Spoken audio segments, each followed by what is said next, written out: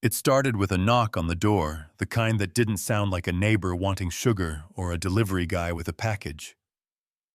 No, this was sharp commanding, like someone had already decided they owned whatever was on the other side. I was in my garage, grease on my hands, tuning a carburetor, when I heard it echo through the house. That sound changed everything, though at the time I didn't know just how far things would go. We had only been in our new place a few weeks.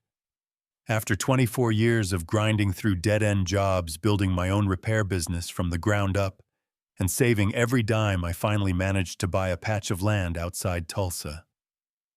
6 acres, not a mansion by any stretch, but it was freedom. My wife Hannah had already claimed an old shed for her design studio. Our kids Caleb and Grace had turned a rope ladder and a basketball hoop into their own personal amusement park. Every evening felt like a reward for the years we went without grilling out back music humming from a little speaker nailed to a fence post, stars wide above us. We'd fought so hard for peace, and for a while it felt like we'd finally won.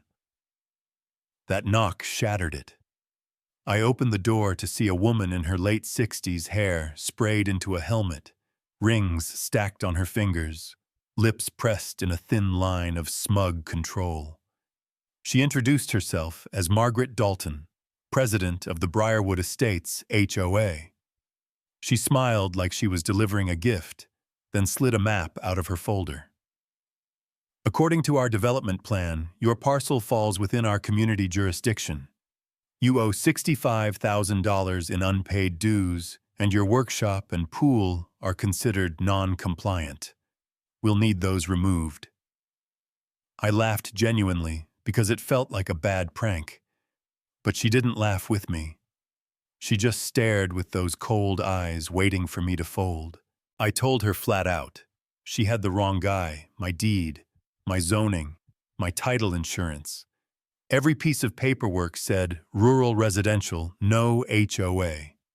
She just left the envelope on the mat, told me I should take it seriously, and strutted back to her Lexus.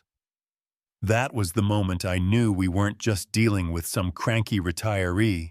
We were stepping into a fight we never asked for. The very next morning, I was at the county assessor's office clutching every closing document I owned. A clerk confirmed what I already knew: my land wasn't in Briarwood, never had been, never would be. Their boundary stopped 60 feet from my fence line. I left with certified documents stamped and sealed, then headed to my lawyer, Daniel Cho, the guy who handled our closing.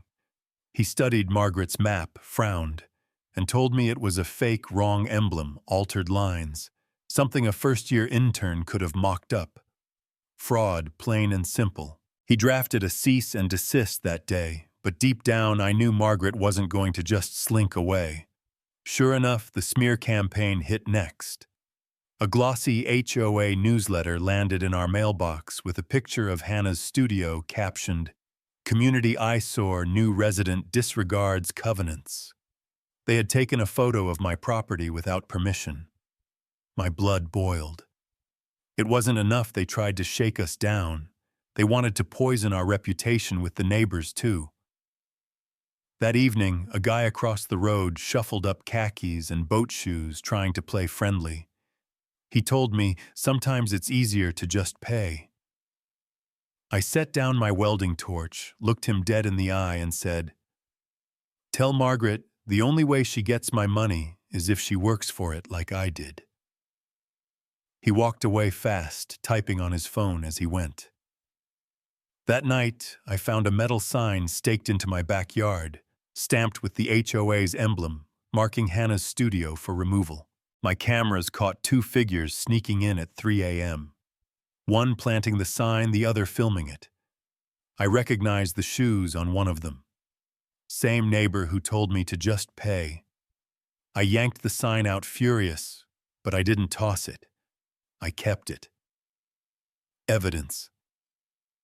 The next day, 2 so-called inspectors showed up, clipboard and tape measure in hand, poking around my shed. I walked out, slow shotgun over my shoulder, not loaded, but they didn't know that, and told them they had 10 seconds to leave. They bolted, but not before calling the cops, claiming I brandished a firearm. When the deputy arrived, I played him the footage. He watched, silently nodded, and said he'd file it unfounded. Off the record, he admitted it wasn't the first time Briarwood had pulled stunts like this. That's when I realized I couldn't just play defense. I needed to go on the attack. I set a trap.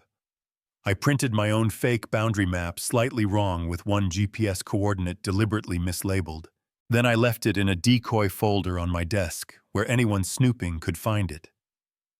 Sure enough, a week later, Margaret's people filed a complaint with the county citing that exact error. They'd swallowed the bait whole. My lawyer laughed when I handed it over.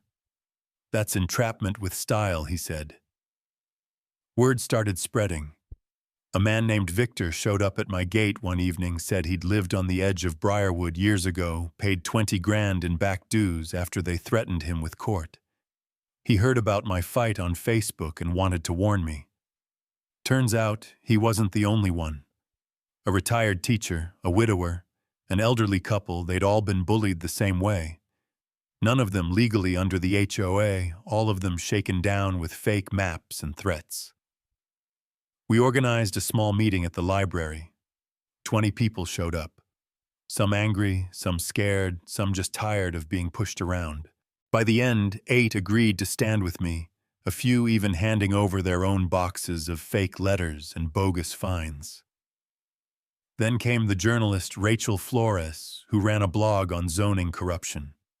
She had fire in her eyes and receipts in her Dropbox. I gave her everything: the sign, the fake maps, the photos, the decoy trick. Within a week, her article dropped, "The HOA that devoured the block."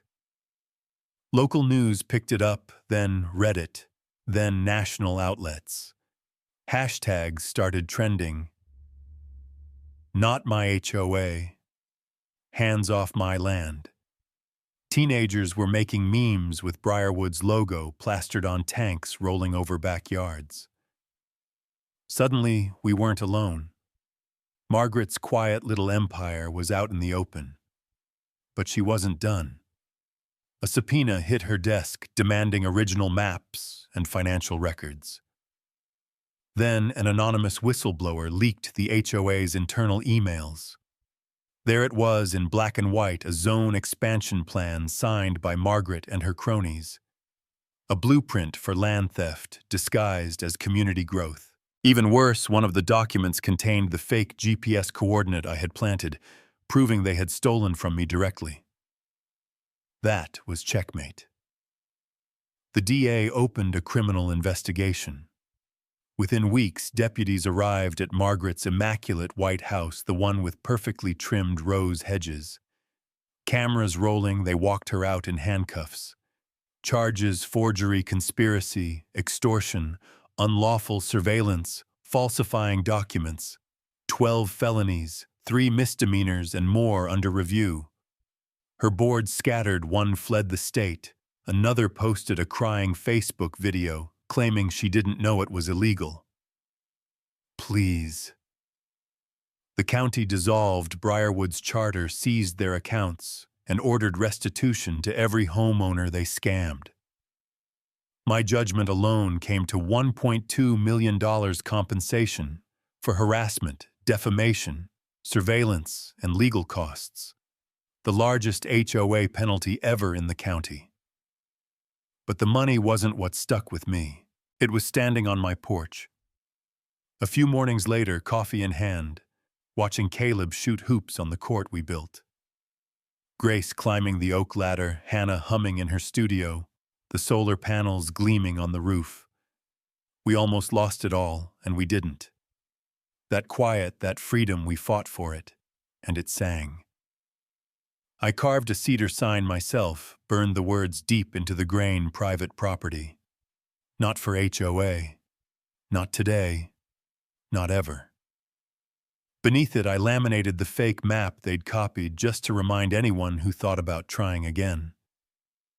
Funny thing, even some of the old HOA folks came by afterward offering pie and apologies, saying they didn't realize how bad it was. Even one of Margaret's spies, Bethany, the woman with lemon bars, showed up with a Tupperware of peaches, admitted she was scared into helping. I took the peaches, said nothing more. Now I still get letters from strangers, people across the country sharing their HOA horror stories, asking how I fought back. I tell them the same thing every time: document everything, know your boundaries, and never hand over your land without a fight. So here's my question to you. What do you think? Was Margaret just a greedy, power-hungry president? Or was this something bigger, a system designed to bully ordinary people into submission? Drop your thoughts in the comments. Share your own experiences, and let's talk about where the line should be drawn between community rules and outright corruption. And if you enjoyed this story, don't forget to hit that like button, subscribe, and share it with someone who needs to hear that standing your ground is always worth it.